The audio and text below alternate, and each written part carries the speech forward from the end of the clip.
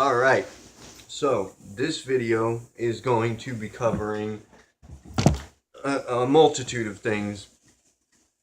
I should like to state firstly that I'm sorry, I apologize for being late on the theme video. It wasn't entirely my fault. As I've already informed you, I lost my resources and my capacity to utilize the internet for a span of time, but it's back now. However, I did not cover the second video for the theme, second week's video for the cycle of the theme sexuality. So what I'm going to do right here is have a video that's going to both cover the second week's sexuality theme and introduce this next cycle's theme of illness in one, and also cover a response to this past cycle's poll, which, not sure how to begin with this. I guess I'll just go with the poll.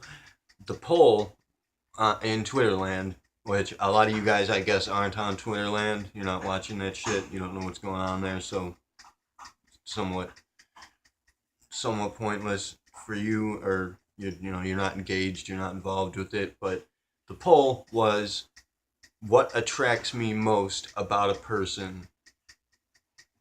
And of course, this is going to be considered as what initially attracts me most, but it was intended to be what ultimately attracts me most about a person is option A, their attitude, option B, their appearance, option C, their interests. Or actually, I think A was appearance and B was attitude. I'm not sure. Doesn't matter though. Thing is, attitude got 100%. Now, what bothers me about this is that interests got 0%. Of course, now appearance got 0% too, but let's break it down here. Of course, appearance is going to get 0% because people are vain and they don't want to appear vain. They're not going to choose appearance as the option, although that is going to be an initial attractor and determiner. Somebody could have a wonderful attitude, and if they're not attractive to you, they don't look good, or they look like a slob or what have you, you're gonna fucking blow them off. And you can bullshit yourself all you want and say that you care about the inner beauty, but it's bullshit. And this speaks to the theme of illness, because this is, in fact, we consider this sort of thinking as just commonplace, everyday, common sense thinking. This is just thought processes as they occur, or in ordinary people, but that's not actually the case. This poll and the way that people react to it is a very clear example of a common mental illness. People didn't choose appearance because they don't want to appear vain, even though that is in fact likely going to be the primary answer. You're at a bar, you're having a few drinks, you're going to go after somebody that looks good to you. And that's, even if they have a shit attitude, if they're attractive, you're going to go for them. So, it's speaking at least from a male's perspective. If it's a hot girl or a slinky dress, you're going to go after her even if she's a total dickhead. Believe me, I've done it. And I've wound up, spending a considerable amount of time with that particular dickhead a few different times over. But you're not going to select appearance in the poll, in a public poll, because you don't want to appear vain, which in and of itself is vanity. You're concerned about your appearance in choosing that. And so can you see how this is a mental obstruction? Anyways, everybody chose attitude because it's the most likely option. It's the most selectable. And of course, it is a consideration to be made. You're going to go after somebody with a good attitude In some cases, even if they don't look that great, you might be attracted to them because of their attitude. For the most part, a person's attitude is going to be the primary basic attractor. I can tell you that much too, because I mean, obviously, I'm not the handsomest fucking guy that ever lived. I don't look particularly great, but my attitude does get the job done where needed. And of course, as I'd like to state, it's important to keep that attitude outside of the topic of this particular inquiry. It's important to keep that positive attitude. You need that. I mean, it's going to save your ass in times of trial. But in any case, the attitude is the most selectable option because selecting attitude, choosing attitude as your answer makes you appear as though you are, you know, the sort of person that's interested in the spiritual aspect of a person. Obviously, appearance is going to be the biological factor. Interest is going to be the psychological factor. Attitude is going to be the emotional factor. All of these poles have those three common principles behind them. If you are tuning in on Twitterland, keep that in mind from here on. Wherever I launch a poll, the three answers are going to be, related to biology, psychology, and emotion. In any case, it makes you appear to be a spiritually oriented person if you choose attitude, while that in and of itself is a vanity. You're choosing that because you want people to think that you want people to see you as being someone who cares about, the inner beauty of a person. Where in fact, where it comes down to the line, as I said, you're out there at the bar having a few drinks. It's not necessarily going to be somebody's spirit that's attracting you, although in actuality it kind of is. Magnetic compatibility is in play, and you're going to be naturally attracted to the person that you are supposed to for various reasons that are going to likely be beyond your ability to perceive in most cases. If you're not a spotter, most of the time you just kind of stumble around having not the single fucking clue what the hell you're actually doing. But there's always magnetic compatibility in play. That's what learning the things that we're training you, and teaching you how to see values and how to work with values, that allots for you to see these values in play, and how they're working, and how magnetic compatibility is affecting your general daily pursuits. But anyways, nobody chose interests, which the thing of it is that interest is going to be the bottom line consideration that rules in a relationship. The attitude's going to change daily. Somebody's not going to maintain the same attitude, at least not precisely the same attitude forever. And, I mean, this poll could be considered as, if you are out at the bar, then it's considered as to be like in the context of a one night stand sort of situation. But when you're seeking a relationship, a lasting, long term relationship, a person's attitude is going to change, and a person's attitude is going to change on the spot just from you interacting with them.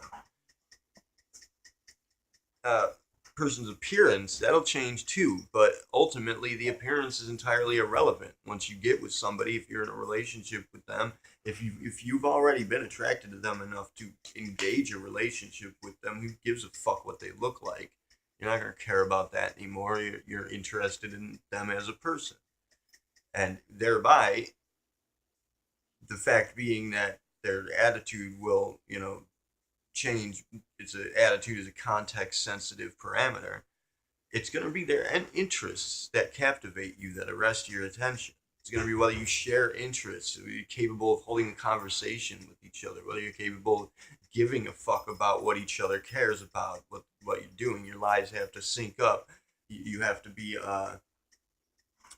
compatible in that way. So bottom line, ultimately, I mean, if any of the people who answered the poll, which we didn't get a lot of answers this time, that sucked. Didn't get a lot of responses. We got a lot of responses on the first one I launched. Hopefully we'll get a lot of responses on this next one. I've actually launched two this time. One for 3 days, one for 7. So we'll see what happens there. I'll give you guys the results, and I'll likely post songs, and I'll jump in and post whatever I want to, and whatever I think is of any importance or humorous or interesting. Of course, I'm gonna be active as usual, as as available, but I do want to say in this video also combining the two themes with the poll, also with this kind of status update, that I'm no longer going to be as involved as I have been. I'm going to kind of step away. I know I've said this before, but that was with the intention of branching out and replacing myself with another acting director. At this time, at this point, my twice in a row, my efforts to replace myself have failed. I've qualified and appointed acting directors to replace me. One of them lost his shit, flaked out, and bounced because he was an addict, and that was, a surprise. He's a fucking drug addict. Well, yeah, of course he's gonna flake at some point. He just couldn't handle the pressure of it, really, I suppose, ultimately.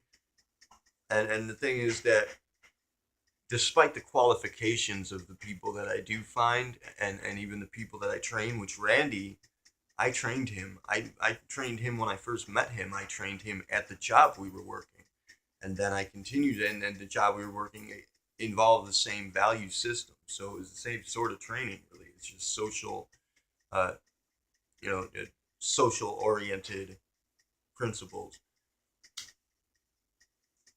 I trained Randy well, and he's an awesome guy, and he could do a hell of a job here. But for whatever reason, people that I find, they're afraid, it seems, to just get interactive with you guys. You guys know me, every fucking last one of you almost. You know me personally. We've helped each other out several cases. I've helped you guys out with several issues in your lives time and time again. You come to me for assistance. I come crying to you whenever some girl hurts me, and we know each other.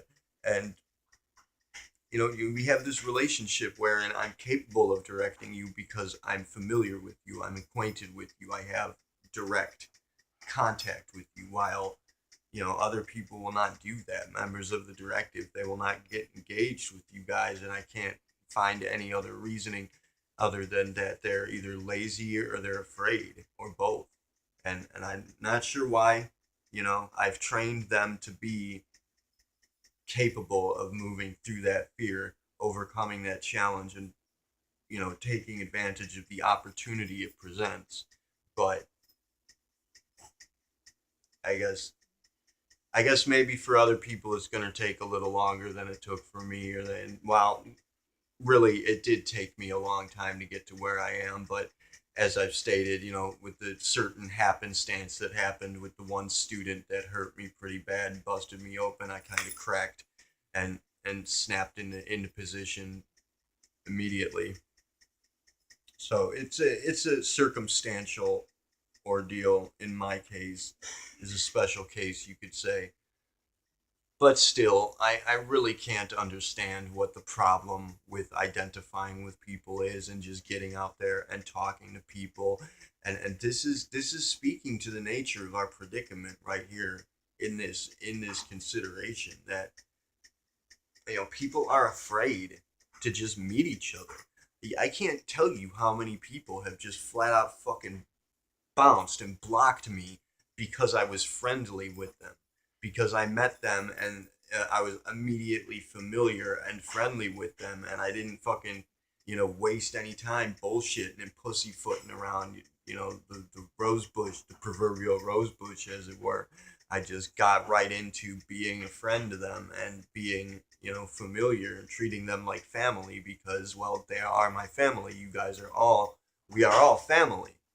And there's absolutely no reason why we should be so stigmatized and fearful of just meeting each other and being acquainted. In ultimate reality, we all know each other. In ultimate reality, we all are each other. And we really need to get over this stigma. That's going to be the bottom line issue where it comes to the theme of illness. Is that psychological illness we suffer from, where we've been so entrained and so indoctrinated by the sensibilities of our civilization, our civilized modern society, that we've been indoctrinated into this state of being where we're apathetic to those in those figures of authority, and we're careless toward each other, and we don't we're afraid to get to know each other. We're afraid to talk to people on the fucking street, man. It's just it's awkward, frankly. It's awkward. It's bemusing, and I personally just don't even fucking understand it. When I look around and I see people that are afraid to communicate with each other, that are hesitant to. I mean, you're on fucking Messenger, man. You're not even face to face with somebody. All you have to do is spot somebody pop up on their Messenger and say hello. And if they reject you, they reject you. Who gives a shit? You fucking don't even know them yet. But you're afraid to do that. People that you do get to know a little bit will freak out on you and block you if you become familiar with them, if you treat them like a friend, if you say something that is, somehow you've crossed a line because it's a personal matter, which of course I can understand there are personal matters, but I'm talking about stupid shit like, making a sarcastic joke with somebody and they just lose their shit and fucking block you entirely. It happens all the time, and you know what? It's hurtful when it happens. It hurts. It sucks. But hey, get the fuck over it. Grow some balls and take the chance. That this social stigma is going to be one of the primary illnesses, and we can speak to all different kinds of illnesses, cancer, addiction, all of these things we're going to deal with here, but that stigma is going to be the bottom line. That and the cognitive dissonance, which the cognitive dissonance is going to come into play right here, where you're going to consider that this stigma is the acceptable means by which to be, that you're going to subsist as a lonesome creature that fucking isolates yourself, and that's just the way it is and how you should be because that's what you've been taught. That's cognitive dissonance. It's a part of it. It's a very and any illness, I can tell you this firsthand, any illness of biological nature originates in the psyche. And any illness or dysfunction in the psyche, whether you can't call a mental, it's no such thing really as a mental illness, it's a dysfunction. But any dysfunction of the psyche originates in the emotional system. That's where everything comes from. And it reflects and it rebounds and it comes back to being the resulting emotion. And that resulting emotion is what causes it to happen. Again, viewing things in reverse, seeing feedback backwards. That's how we perceive time. That's the natural state of things as it stands. So, anyways, the point being, actually, before I cover that, sexuality, that was one of the illnesses that I wanted to speak to, is that we have an illness regarding sexuality. We have perverted people that, are just really fixated on what vile, grotesque measures of sexuality. We have these BDSM fetishes all over the place where people want to get hurt and hurt each other. People want to be, in a state of victimization. People want to fucking fake rape each other. And to some extent, I can kind of understand where there might be some slight appeal to engaging that at some point, I guess. But it's still pretty fucking weird, A. And B, it is indicative of a psychological dysfunction, an emotional dysfunction. So, but I'm running out of time here already. So, I mean, if you're with us, if you've been here this long, then you know full well, what kind of sexual dysfunctions there are out there and what kind of oddities occur in the sexual kingdom. But most especially these problems with not being accepting of people's sexuality, that's a psychological dysfunction.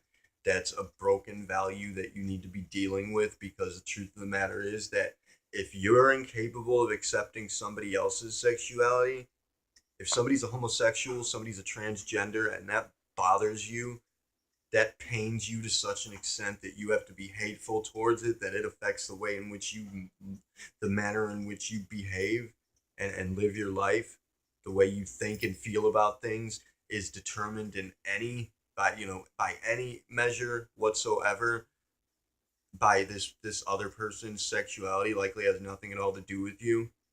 Most especially though, if they do have something to do with you, it's if friends or family, somebody that you know, somebody that you care about, supposedly, and they say come out of the closet, and that alters the manner in which you view them, changes the way that you feel about them, most especially in a negative light, then that is a psychological disorder that you have. That's an issue you need to be dealing with. It's a problem that you need to fix that is broken in your system. So just bear in mind that's the bottom line issue, especially if you're one of these like Bible thumpers out there holding up the sign saying God hates gays. You have a psychological illness. Okay, I'm trying to be friendly about this. I'm trying to be, passive aggressive, I suppose you could say, or insist upon you, but gently, in a calm manner, try to get it across to you as best I can. If you feel that way, that's a resulting feedback from you having broken values in your system. That is indicative of you having a psychological dysfunction, and you need to be dealing with it because maybe 10 years ago, maybe 20 years ago, we could have said, well, live and let live, and if you want to feel that way, that's okay, just try to keep it to yourself. But at this point, no, I have to be very insistent that you go ahead and take whatever measures are necessary to get that shit fucking cleared up, because we don't have time for your fucking bullshit. We don't have time for your childish nonsense anymore. If you have some sort of a dysfunction of that matter, and if you are relating to certain people in a negative manner based on their sexual preference or orientation, then that's a problem you need to be fixing, because we can't afford for you to be carrying it around anymore. Period. Point blank. Anyways, that said, what I wanted to say is that Randy is taking role as acting director for the time being, and if he's not available, then I suppose that's going to be it's going to be a factor that reflects poorly upon his general personality, and you're going to have to take it up with him. I encourage all of you to get in contact with Randy if you need anything. If there's something that you usually come to me for that you require, go to Randy, talk to him, and kind of push him into taking up his role as director, because he's been absent. And Randy, if you're watching this, which you likely will, I understand that you say you have a broken phone and whatnot, but I mean, it's too incidental, and coincidences don't happen.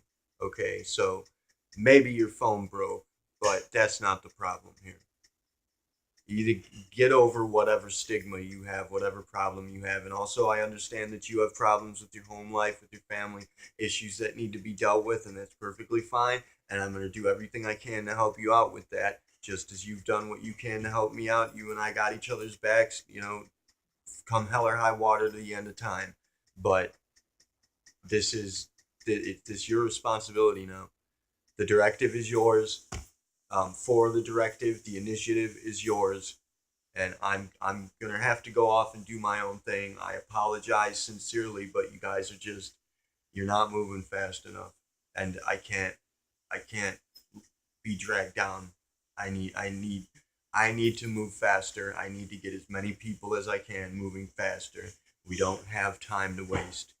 So, I love you guys very dearly, and I wish you all the very best. I'm still going to be around as much as I can, for sure, but for the most part, the channel that I've created, the Secular Theology, which I highly encourage you to go ahead and check out and subscribe it and like videos and all that shit. Get involved with that, and whatever anything you comment on those videos, I'm going to give you give me feedback, you'll get feedback in the following video. So get fucking engaged here. Let's make that happen. and I'm gonna work. I have some really awesome opportunities set up in the future, in the near future, to have some interviews with certain people that's gonna, boost my range, get my signal up, and we're gonna take care of making that channel a fairly big deal. And so, insofar as the initiative is concerned, once I've built my own project up, I'll start bringing people back into that. But hopefully, for the most part, Randy's going to step up and take care of business.